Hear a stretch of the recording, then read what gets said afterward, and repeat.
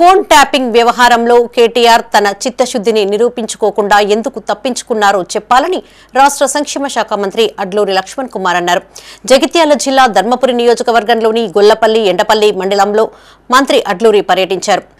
మొదటగా గొల్లపల్లి కేంద్రంలో ఏర్పాటు చేసిన కళ్యాణలక్ష్మి షాదీ ముబారక్ చెక్కుల పంపిణీ కార్యక్రమంలో పాల్గొని 46 మంది లబ్ధిదారులకు చెక్కులను, మరో 17 మందికి సీఎం రిలీఫ్ ఫండ్ చెక్కులను అందజేశారు.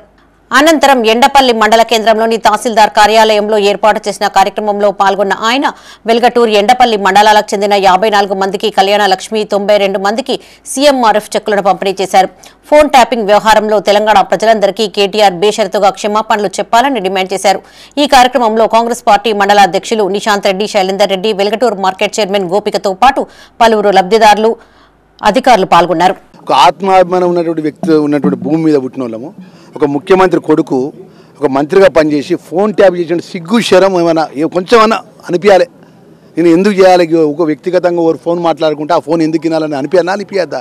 ఇక చేసింది అంత పెద్ద తప్పు చేసి ఎవరు క్షమించాలని తప్పు చేసి ఇంకా మాట్లాడితే ఏది పడుతుంది మాట, చాలా క్షమించాలని తప్పండి. ఇది వ్యక్తిగతంగా ఎవరి వ్యక్తిగతమైన విషయాలు పట్ల వాళ్ళు ఆ ఫోన్ ట్యాపింగ్ వాళ్ళు మాట్లాడే అంశాన్ని వినాలని ఒక బాధ్యత గల కుర్చీలో కూర్చొని వినడం అంటే ఏంటి అండి అర్థం కదా. ఆయన పోలీస్ డిపార్ట్మెంట్ అధికారి కాదు కదా, ఇన్వెస్టిగేషన్ అధికారి కాదు కదా, ఒక మంత్రి కదా, ఒక ఐటీ శాఖ మంత్రి, ముఖ్యమంత్రి కుమారుడు.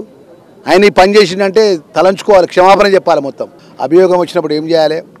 ఆ అభియోగాలకు అటెండ్ అయ్యి మేము నిజాయితీ పరులము, మీ సత్యశీలనము, మేము ఎలాంటి తప్పు చేయలేదు, మా మీద తప్పుడుగా అధికారులు మా మీద మమ్మల్ని నోటీస్ మా ఇబ్బంది వెళ్తుందని రుజువు చేసుకోవాలి.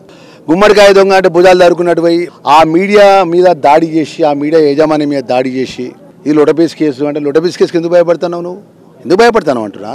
నువ్వు నీతివంతుడే కదా, ధర్మాత్ముడే కదా, నువ్వు నీ ప్రభుత్వం నువ్వు గత 10 సంవత్సరాలు పరిపాలన చేసినావు, ఎందుకు భయపడతావు అని చెప్తున్నా.